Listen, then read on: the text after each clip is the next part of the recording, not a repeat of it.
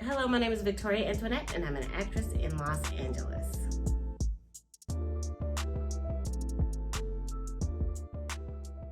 I've been acting since I was 13 years old.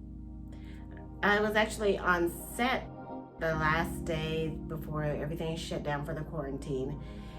And it was really tense that week, but after they decided that everybody needed to stay home, I thought, oh, okay, this is good because I have kind of been like burning the candle at both ends. So I was like, it's gonna be a good time to rest. Also, when the quarantine first started, I felt like, oh yes, I'd like to get this rest and relaxation, but I felt like so many people had their wheels spinning and they wanted me to be a spoke in their wheels. So it was like, I have this thing going on, come be a thing and do what you do. And I was just like, what are we doing it for? Because like, to me, it's like, when you don't know what to do, like you don't know what you're working toward, which is fine. Like I understand people like to keep busy, but I'm just like a more pointed person in my movements. So there's that.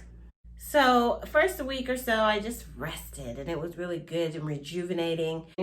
First thing that I did was just think about like some of the stuff that I've always wanted to do, but never had the opportunity to do because of time or anything like that, and that I could possibly do in this time. So on that list was just like trying some life hacks, working out, getting in shape, trying to eat better, and working on electronics and my Spanish. So I tried a lot of life hacks and none of them worked except for one that cleaned my blade for my food processor, but it was with baking soda and vinegar, which actually I learned from my grandma, so thanks grandma. So also in the meantime, I started taking my laptop apart because I had an unfortunate event like about a year ago where I spilled ginger ale in it. Very unresponsible of me, sorry. And then I had, during the first or second week of quarantine, I was going to hand sanitize, and the hand sanitizer squirted into the back of the laptop, which was like the kiss of death, finally.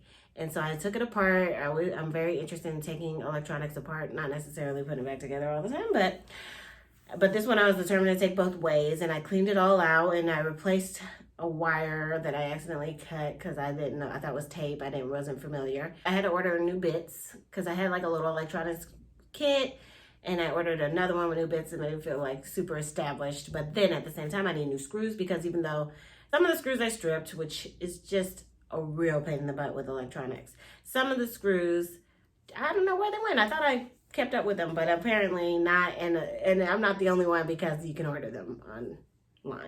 And that's where I'm at with it. I'm thinking and it looking like that I'm going to be able to put it back together. So that's exciting. Then I really have always wanted to learn Spanish.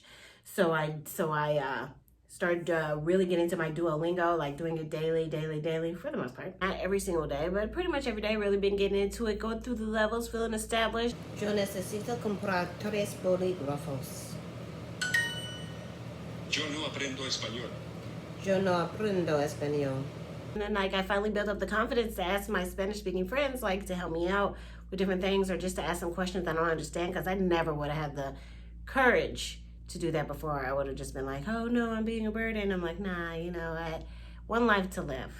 So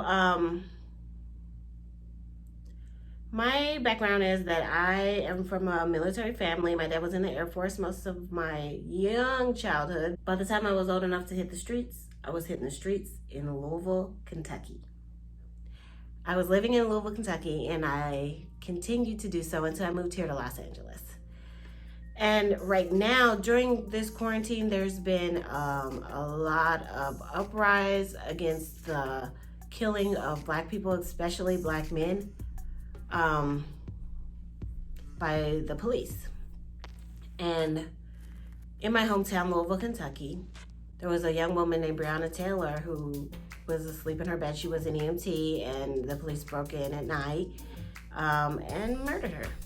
So that's going on, and my heart really is there, and so I do want to bring awareness to that. I just wanted to bring attention to that. But yeah, living in the west end of Louisville, which is where Breonna was from as well, I was just surrounded by my family. So I really think that I was like raised up by a village, and everybody went for the best for me, and it was just a great situation to grow up in. I wish every child could grow up that way. But living in the west end of Louisville, there's about 60,000 people who live there and one grocery store, and that grocery store doesn't have a lot of produce. So when I moved to Los Angeles, I was surprised by some of the stuff because I just really had not encountered different foods, like not a lot of variety. And so I think that's one of the reasons that I really enjoy cooking, is just because I can explore these different foods and explore how to eat better. I don't have to be like my parents and have like diabetes, high cholesterol, or my mom started me off on that right foot. Like, she was really about healthy eating when we were really young, and now she is more about like being active and everything like that. But you can't teach what you don't know, and I just want to be able to share with my community some of the things that I learned, or, just some of the ways that you can take different foods and make them delicious without adding a bunch of grease. But, so that's the one thing about the cooking. Like, I try to cook like more healthy stuff. Every now and then I gotta throw down. I mean, you can't always eat healthy. I had gained a lot of weight like in the past 6 months prior to COVID-19. And so I was like determined to do the weight loss and to just eat healthier. Like, I'm not gonna be at McDonald's because McDonald's was still open, doing everything. And I did go a couple of times. But anyway, and just like cook right and exercise. And then, to my pleasant surprise, my husband joined me, so I was really happy to have a companion. It really motivated me. I don't think I would have went as far as I have so far if he wouldn't have been with me. Like, if he leaves me now, I think I can keep going, because now I have built the habit. But if he wasn't, and I just like appreciated his support. Also, during this time, I started writing. I always had this idea in my mind that I wasn't a good writer. Like, even from childhood, like I took, and it didn't matter even about my experiences, because it didn't matter. Like, if they were good or bad, I just felt like I wasn't a good writer, regardless of any grade I got, any accolades or anything like that. Because like once in second grade, I wrote an essay, and my teacher was upset with the content, which was just about what was going on at the time, which is like the Gulf War. And she yelled at me, and I thought, well, I'm so bad at this. Like, I'm just no good, basically. And then one day I was just thinking like, I wrote an essay in second grade, and it moved my teacher into anger. So I was like, that's actually pretty good. And then I remembered I won the DARE essay in 5th grade. So there's that. But by the time I was in high school, I had already somehow planted it in my head that I couldn't. And during this quarantine time, my husband encouraged me to go ahead and write. He's always encouraged me to, but now I have the time, I have no excuse. And I just started having the writing pouring out of me, and I have a few projects already going. I told myself I have 20 minutes a day that I will write, or at least sit there thinking about writing if I have writer's block, but at least 20 minutes. And it usually just pours out so well, and I'll go over the 20 minutes or get to it very fast. So that's been a real motivation and a blessing, and I've never let that out of me, so it was a chance for me to open that up, and I'm really grateful that this opportunity gave me that. And hopefully I'll be able to produce some of the stuff I write. Yes, I've been acting my whole entire life. Not my whole life, but I've been acting since I was a teenager. And I kind of just fell into it, and I've been going ever since in some capacity or another. I've done musical theater. I've done black box theater. I've done TV. I've done independent film. I've never done a major film. But anyway, I've just been doing it. And I have never thought about doing anything else with my life. I've just kind of been like, that's what I want to do, and I'm going towards it. And it was really starting to go right before quarantine. And I don't doubt in my heart that if there's any work to be had, that I'll be getting some of that. I just feel that, because I know that my drive is there. So, and I never thought to do anything else. And it is interesting to see what kind of things I could be interested in other than acting, as more than a hobby. Because I have I have hobbies, but as far as a career, I've never thought of anything about acting. But in the meantime, I'm not going to spin my wheels worried about a lot of different things as far as that goes, because I just want to still enjoy life today. So I don't know what I'm gonna end up doing after the quarantine, because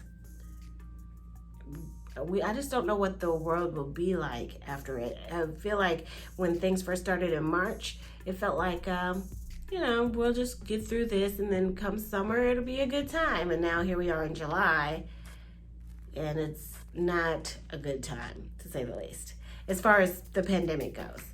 I see every day different people trying to make the best of the situation successfully.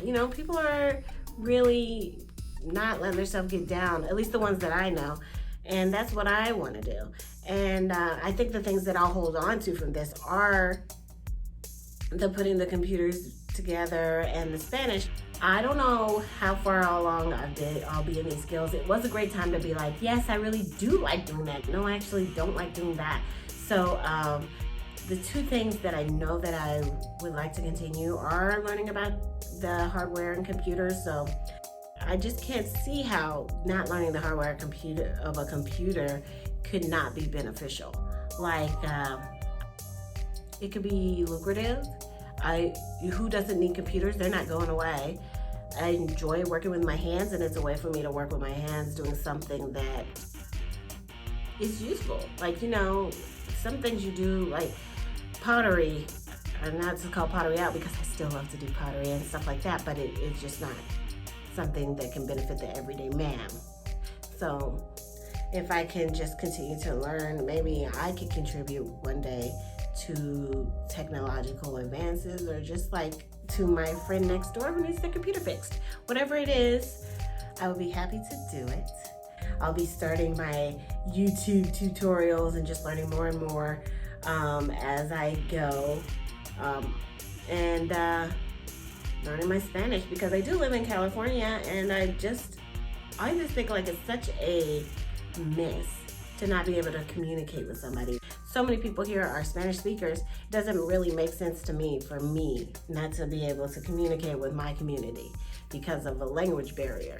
And that's in a lot of languages. Like I don't want to stop at Spanish, but I definitely want to master it. I don't want to spread myself thin. I did try to learn 2 languages, and one of them was Latin based and one was not. And I said, one at a time. And of course, I'm going to keep cooking and exercising, because that's a lifestyle choice. We don't know what the world's going to look like after the coronavirus pandemic is subdued. I'm taking this time to trim the fat and just take this time to figure out what matters, what doesn't matter, what I want to do, what I not want to do, and then just feed the fires of the things that I love, so that every moment going forward, not after quarantine only, but just like every moment going forward can be lived that way, like just going towards your drives, like, not worrying about all the stuff that doesn't really matter. So that's my time in quarantine.